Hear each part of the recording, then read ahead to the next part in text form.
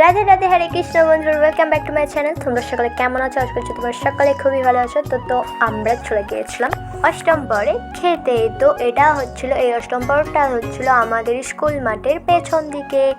তো আমাদের বাড়ি থেকে কিন্তু খুবই সামনে হচ্ছিল, আর দুপুরেও খাইয়েছিল, কিন্তু দুপুরে আমি ফোন নিয়ে যাইনি।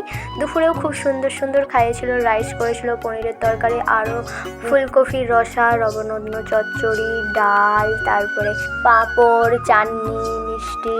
আর এদিকে দেখো আমার বন্ধু খাবার টেবিলের এখানে উঠে বসে আছে। তো এইখানেও কিন্তু এইভাবে কিন্তু খাওয়ানোর বন্দোবস্ত করা হয়েছিল, এই টেবিলের উপরে পেপারে দিয়ে তারপরে পাতা বিছিয়ে এরকম করে কিন্তু খাওয়ান করেছিল।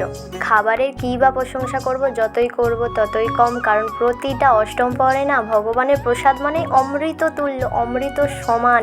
বাড়িতে আমি হয়তো অতটাও খেতে পারি না, কিন্তু অষ্টম প্রহরে না আমি আমার আমার আমার মন প্রাণ ভরে মানে যা দেয় আমি মোটামুটি খেয়ে নিই। তো দেখো এখানে কিন্তু ভগবানের নাম সংকীর্তনের সবাই নৃত্য করছিল, আর আমি করতে পারিনি কারণ অনেকটাই ভিড় ছিল। তো আমি যখনকে গিয়েছিলাম ওখানে তখনকে নাচ করা বন্ধ হয়ে গিয়েছিল। তো আমি ভগবানকে দর্শন করে, আর তোমরাও দেখো ভগবানের বিগ্রহ কত সুন্দর, মানে ভগবানের দর্শন করলে না যেন মনোপ্রাণ জুড়িয়ে যায়, মনে হয় দেখেই যায় আর দেখেই যায়। তোমরা দেখো।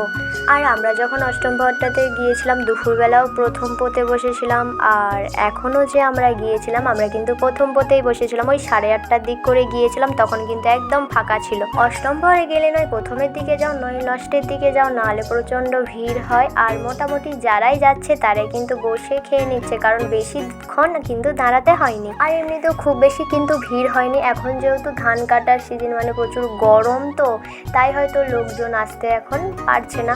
তো যাই হোক, তোমাদের ভিডিওটা কেমন লাগলো অবশ্যই কিন্তু কমেন্ট করে জানাবে। সবাই ভালো থাকবে। তো আজকের মতো টাটা।